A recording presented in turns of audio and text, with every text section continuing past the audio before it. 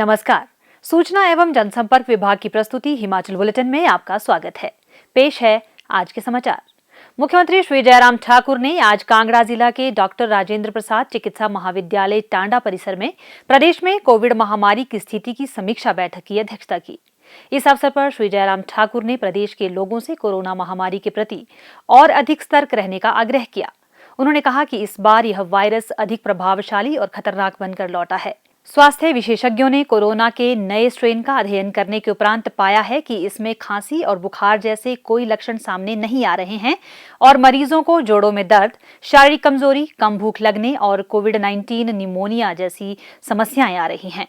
श्री जयराम ठाकुर ने कहा कि पूर्व में सामने आए मामलों के मुकाबले इस बार मरीजों का स्वास्थ्य बिगड़ने में कम समय लग रहा है और कभी-कभी कोई भी लक्षण सामने नहीं आ रहा है। इसलिए स्वयं, परिवार और समाज को खतरे में डालने से बेहतर है कि हम और अधिक सतर्क रहें। श्री जयराम ठाकुर ने चिकित्सा अधिकारियों और स्थानीय प्रशासन को उन लोगों पर कड़ी निगरानी रखने को कहा जो होम क्वारंटीन में रखे गए हैं। उन्होंने कहा कि ऐसे लोगों की निगरानी करने और इस घातक महामारी के विरुद्ध लड़ने तथा एहतियाती उपायों के प्रति समाज को जागरूक करने के लिए स्थानीय पंचायती राज प्रतिनिधियों को शामिल किया जाना चाहिए। सार्वजनिक स्थानों में लोगों को बिना मास्क के घूमने की अनुमति नहीं दी जानी चाहिए और दुकानदारों को बिना मास्क के लोगों को अपनी दुकानों में आने की अनुमति नहीं देनी चाहिए। इस महामारी को दूर रखने के लिए उचित स्वास्थ्य संबंधी आदतें अपनाना जरूरी है और परस्पर दूरी के नियमों का पालन किए बिना हम कोरोना को नहीं हरा सकते हैं।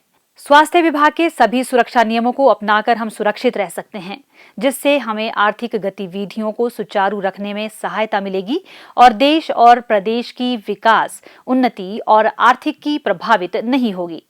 श्री जयराम ठाकुर ने कोरोना वायरस का सामुदायिक संक्रमण रोकने के लिए स्वास्थ्य विभाग को कोरोना वायरस संबंधी परीक्षणों को बढ़ाने के निर्देश दिए।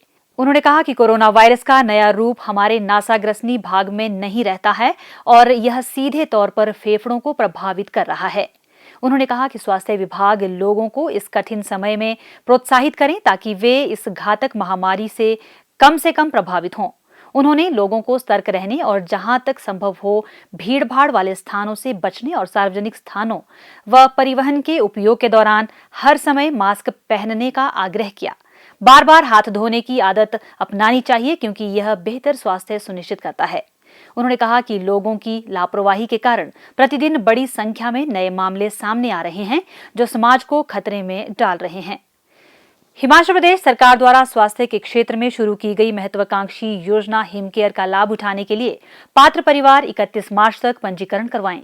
हिमकेयर योजना के तहत पंजीकरण हिमाचल प्रदेश स्वास्थ्य विभाग के वेब पोर्टल www.hpsbys.in पर स्वयं अथवा लोकमित्र केंद्र या कॉमन सर्विस सेंटर के माध्यम से 50 रुपए का शुल्क अदा कर भी किया जा सकता है।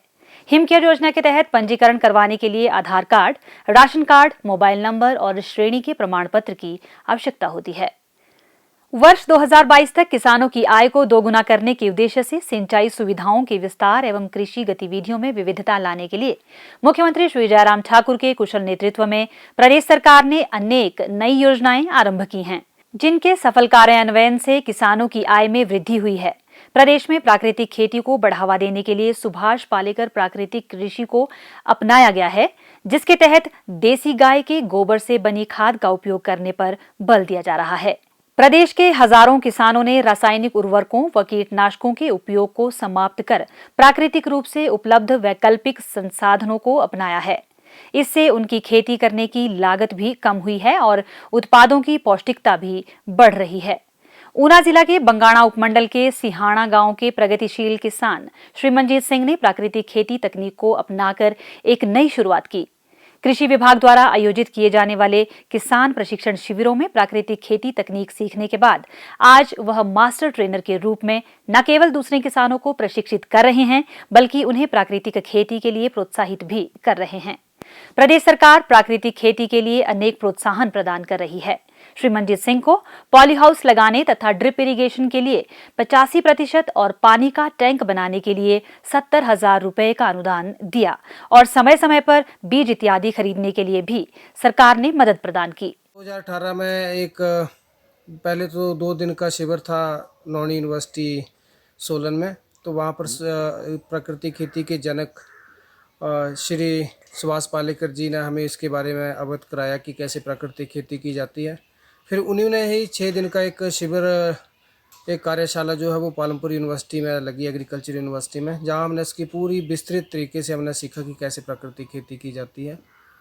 तो तब से लेकर आज तक मैं इसमें पॉलीहाउस के अंदर ही प्रोटेक्टेड इन्वायरमेंट में भी मैं इसके अंदर प्राकृतिक खेती करता हूँ। तो मुझे आज तक अच्छे ही रिजल्ट मिले हैं। अभी मेरी ब्रोकली की खेती है जिसमें मेरा 2500 के करीब मेरा पौधा लगा हुआ है, और आप देख भी सकते हैं पीछे बैकग्राउंड में कि इसमें अच्छी मतलब पौधे की ग्रोथ है, बीमारी भी नहीं होती है, रेट भी हमें अच्छा मिल जाता है इस चीज़ का, लोगों में जागरूकता भी आई है। और दूसरी बात है कि उस जगह पर जो वो जंगली जानवरों का प्रकोप भी कम होता है, क्योंकि उसमें जो गौमूत्र की गंध होती है उससे क्या है कि जानवर जो उस खेत में कम आते हैं, तो वैसे भी इस चीज़ में हमारा बचाव हो रहा है। तो मैं लोगों को चाहता हूँ कि हमारा जो युवा वर्ग है वो इस खेती को अपनाए, और आज के स्वरोजगार के इस दौर में जो है वो अगर आप अपना काम करते हैं तो इससे बड़ी और भी कोई भी आपके पास मतलब सबसे अच्छा यही ऑप्शन आज की डेट में। प्राकृतिक खेती खुशहाल किसान योजना के तहत प्रदेश सरकार क्षमता निर्माण पर ध्यान केंद्रित कर रही है। प्राकृतिक खेती को अपनाने के लिए किसानों को प्रशिक्षण और आर्थिक मदद भी प्रदान की जाती है। कम से कम 6 माह की अवधि से प्राकृतिक खेती कर रहे किसान को देसी गाय की खरीद पर 50% या अधिकतम 25,000 रुपए की मदद दी जाती है। इसके अतिरिक्त प्लास्टिक के 3 ड्रम खरीदने पर 75% सब्सिडी या अधिकतम 750 रुपए प्रति ड्रम की आर्थिक सहायता, गौशाला में लाइनिंग के लिए 80% या 8,000 रुपए तक का अनुदान एवं संसाधन भंडारण बनाने के लिए 10,000 रुपए की आर्थिक सहायता दी जाती है। स्वास्थ्य एवं परिवार कल्याण विभाग द्वारा दोपहर 2 बजे जारी बुलेटिन के अनुसार प्रदेश में कोरोना संक्रमण की जांच के लिए आज 521 लोगों के सैंपल लिए गए, जिनमें से 36 लोगों की रिपोर्ट नेगेटिव पाई गई है, जबकि 481 लोगों की रिपोर्ट आना बाकी है। अभी तक 12,48,220 लोगों की जांच की जा चुकी है, जिनमें से 11,84,643 सैंपल की जांच नेगेटिव पाई गई है। प्रदेश में कुल 63,020 लोगों में कोरोना वायरस के संक्रमण की पुष्टि हुई है, जिनमें से 59,428 लोग इस बीमारी से ठीक हो चुके हैं और 2,548 व्यक्ति उपचाराधीन है। हिमाचल बुलेटिन देखने के लिए सब्सक्राइब करें YouTube channel DPR Himachal, follow करें ट्विटर @DPRHP, लाइक करें Facebook page information and public relations department Himachal Pradesh, visit करें वेबसाइट www.himachalpr.gov.in। इस अंक में इतना ही, कल फिर होगी मुलाकात, दीजिए इजाजत, नमस्कार।